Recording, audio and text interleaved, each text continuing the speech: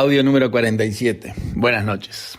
Bueno, los audios que precedieron, yo me he limitado, la gran mayoría de ellos he analizado objetivamente el texto de los artículos que van a ser sometidos a referéndum el marzo del 22, el conocido como referéndum por la LUC, o en contra de la LUC, o a favor de la LUC, lo que fuere. Esos audios lo hago para informar, o sea, yo lo que hago es leer lo que dice el artículo y a veces dar una opinión jurídica tratando de ser objetivo.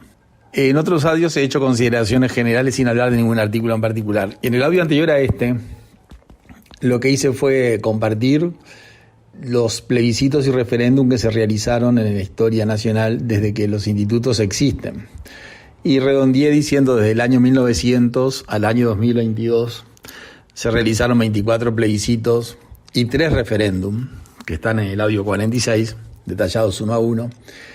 En realidad, técnicamente, el referéndum se incorpora en la Constitución uruguaya en el año 1918.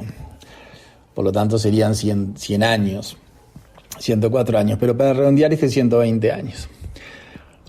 Ahora, la pregunta en este audio es, ¿cuál es el sentido de este referéndum? Es decir, no cuál es el sentido del referéndum, que eso ya está claro, sino por qué vamos a tener un referéndum. Esa es la pregunta. Bueno, eso puede tener muchas respuestas. Yo tengo mi respuesta, digamos, que no tiene por qué ser la respuesta. Y mi respuesta es la siguiente.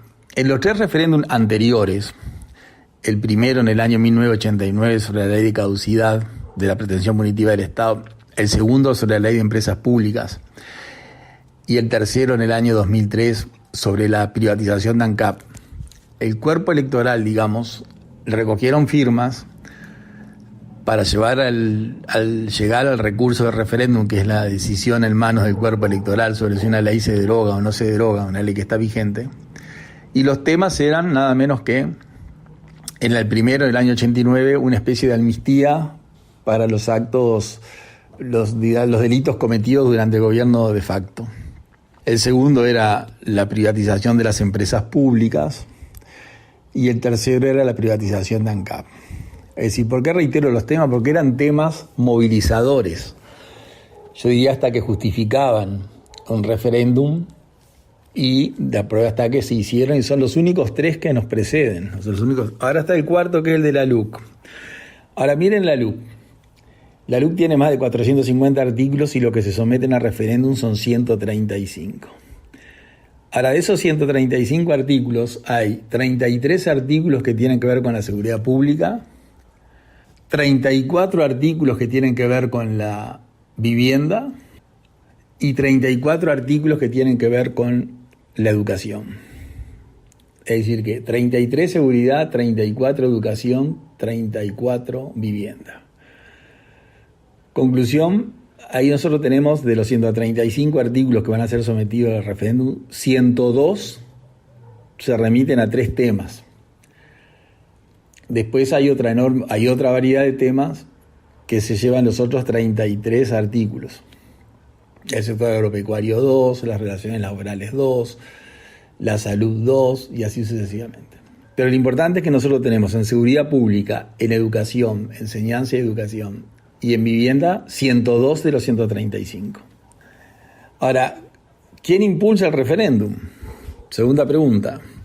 Bueno, el referéndum lo impulsa el movimiento sindical. El PIC-CNT fue el que empezó con el referéndum y el Partido Frente Amplio, con importantes dirigentes, se alejaron de la iniciativa, es decir, se pronunciaron públicamente en contra o de la inconveniencia de realizar un referéndum. Pero ¿qué pasó?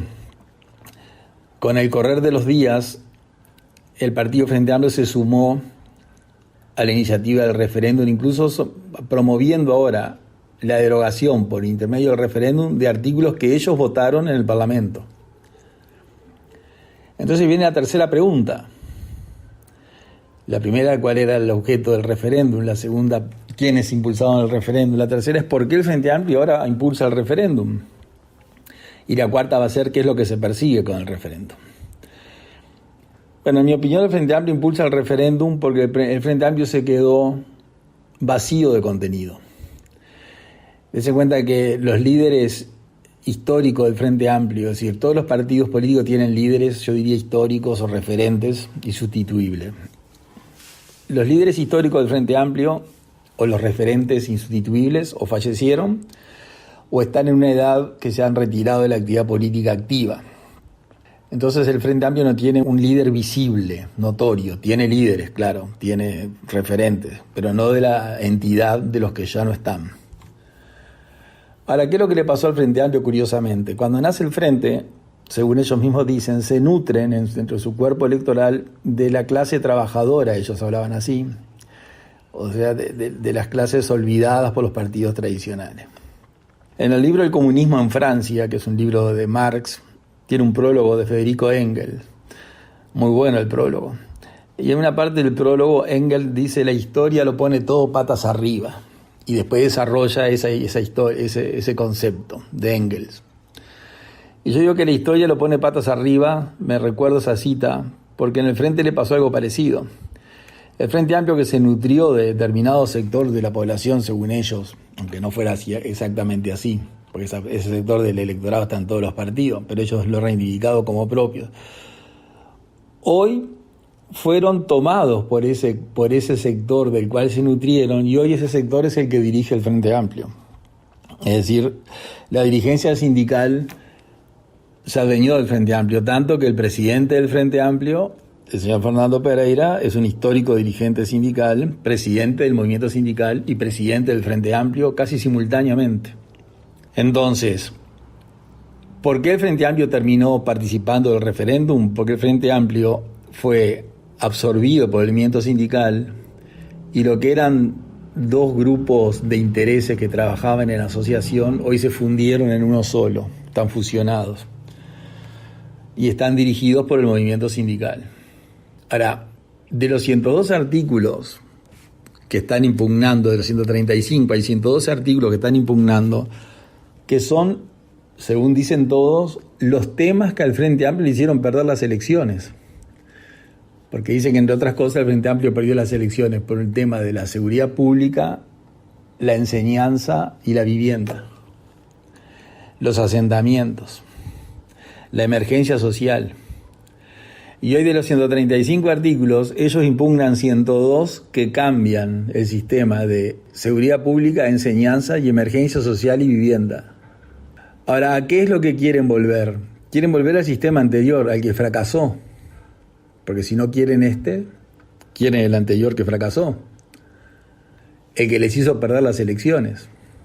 Entonces yo diría que va a ser muy difícil para el Frente Amplio y para el movimiento sindical, que es lo mismo hoy, si honestamente van al artículo por artículo, no si tiran titulares o hablan de conceptos, poder convencer al cuerpo electoral de que voten en contra de una ley de la cual ellos están impulsando 102 artículos de los 135 que se refieren a la educación, la seguridad y la vivienda, que fue lo que ellos crearon o que llevaron a una crisis en los 15 años de gobierno, porque todas las crisis, por lo menos en los gobiernos democráticos como el nuestro, se consuman a lo largo de una generación.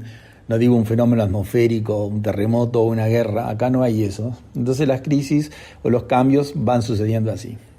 Entonces los 15 años de gobierno que precedieron del Frente Amplio asociado al movimiento sindical fueron los 15 años del mayor aumento de la deuda externa de la historia, la mayor extranjerización de la tierra, el mayor lobby a favor de las empresas multinacionales, incluso el movimiento sindical renunciando a sus derechos en favor de las multinacionales y haciendo pactos particulares con cada multinacional, entregándose a la banca nacional con la inclusión financiera, entregaron todos los uruguayos a la banca nacional, a la banca internacional con la deuda externa, realizaron contratos secretos, hicieron como un cambio inconstitucional de la estructura del gobierno mediante leyes, es decir, un tema técnico.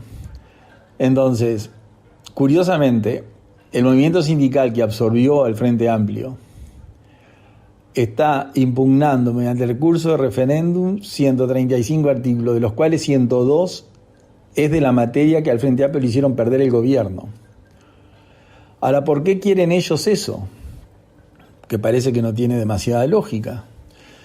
Porque ellos creen que con eso pueden hacer un discurso de percepción.